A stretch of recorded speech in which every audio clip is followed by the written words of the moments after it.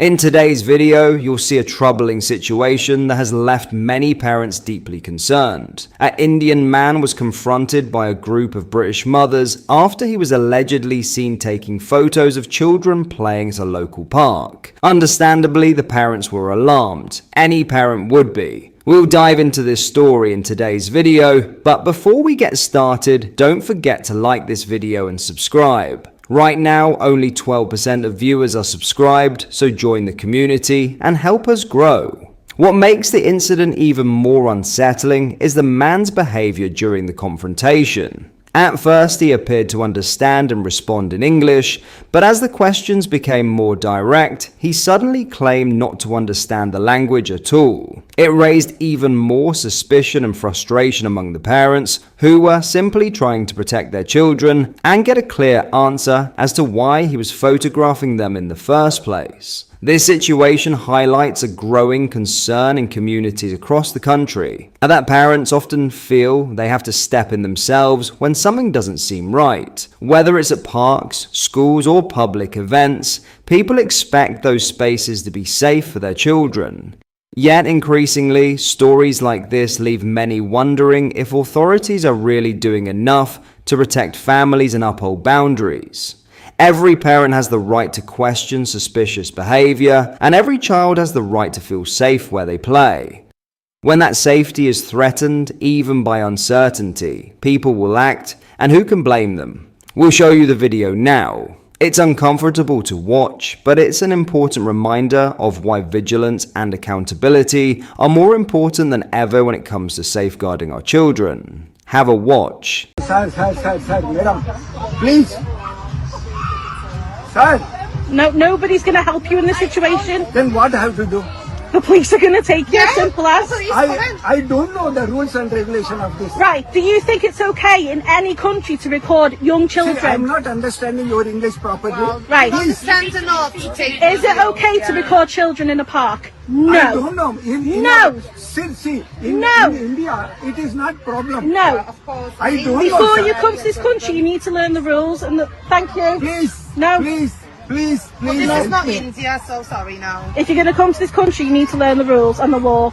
It's not okay to record children. I don't know. You know what you're doing in the park anyway? What you doing? Every parent watching this will understand the fear and anger that come with moments like this. When it involves children, there's no room for hesitation. People have a right to act and to demand answers. This isn't about causing division, it's about protecting the most vulnerable members of our society. Parents shouldn't have to second guess who's around their children or why. Public spaces must be safe, and anyone acting suspiciously should be questioned. No excuses. It's time for stronger safeguards and a clearer message. Our communities will always prioritize the safety of our children above everything else. In other news, there was always a certainty about our nation collapsing economically under Labour. It was never an if, it was always a when that our finances would fall apart at the seams. And the when is now. Unemployment is back to the COVID years, a record 8.3 million on universal credit. But the one that worries me the most is that we are at the bottom of the pile in startups. Without new companies soaking up the young and the jobless, we are in big trouble. New stats show the US is roaring ahead, and we are even behind the rest of Europe.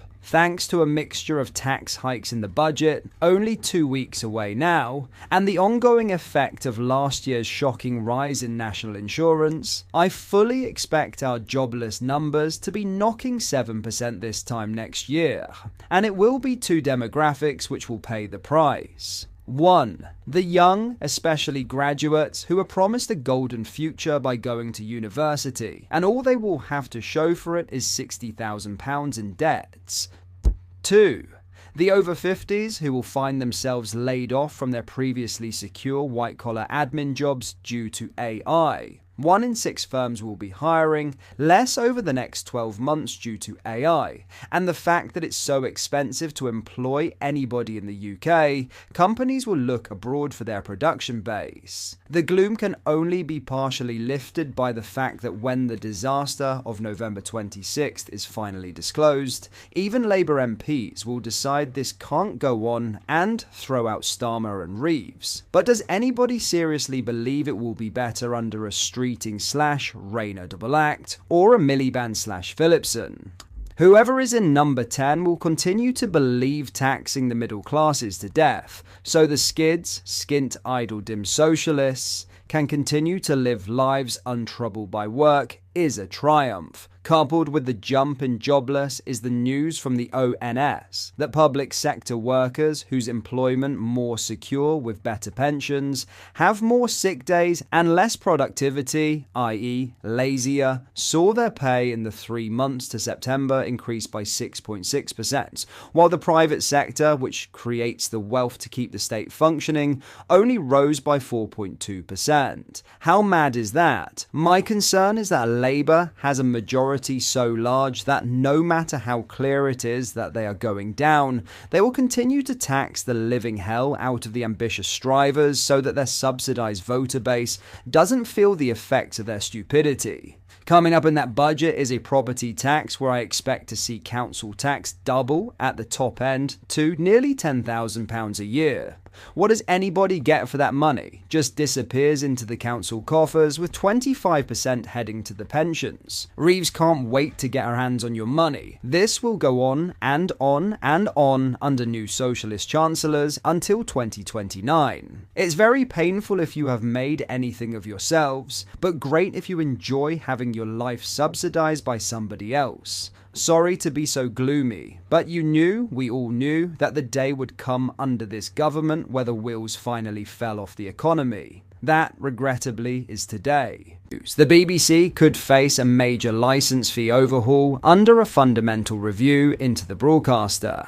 Culture Secretary Lisa Nandy is said to be planning to launch her consultation on the BBC's Royal Charter before Christmas. She will reportedly look into a wholesale reform of the contentious licence fee under a comprehensive look at the way the BBC operates. The corporation's charter renewal, carried out once every 10 years, is expected to focus on providing a sustainable funding model and restoring public trust in BBC news content. However, sources have stressed to The Telegraph that the push for trust is unrelated to the damning bias role which has rocked the BBC and led to the resignations of 2 of its highest-ranking figures. Over the last week, the newspaper had published details of an internal memo, which had found that the BBC doctored footage of Donald Trump to make it sound like he was inciting his followers to riot.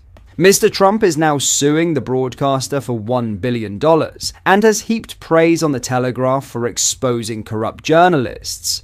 His White House, meanwhile, has twice urged the public to watch GB News instead. Labour's rumoured review could include issues of governance and would be more fundamental than individuals. It is set to look into a part subscription, part licence fee model to diversify the corporation's income as Britons turn away from the mandatory payments. As revenues have fallen and prices have increased, licence fee evasion has more than doubled in the past 4 years alone, from 6.95% in 2019 to 11.3% in 2020, 2023 to 24.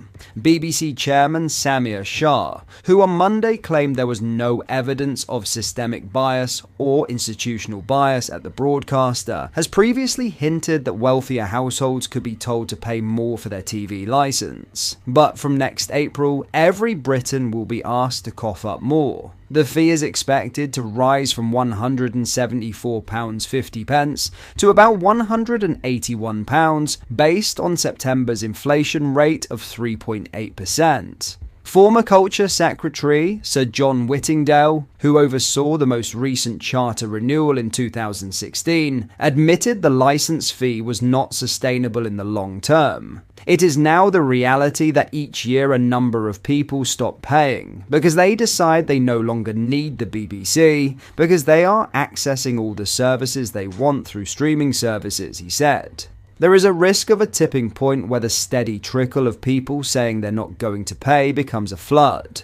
We are not there yet, but it is in sight. The government will first release a green paper on the new charter, then a white paper setting out the Culture Secretary's plans for the next 10 years of the BBC.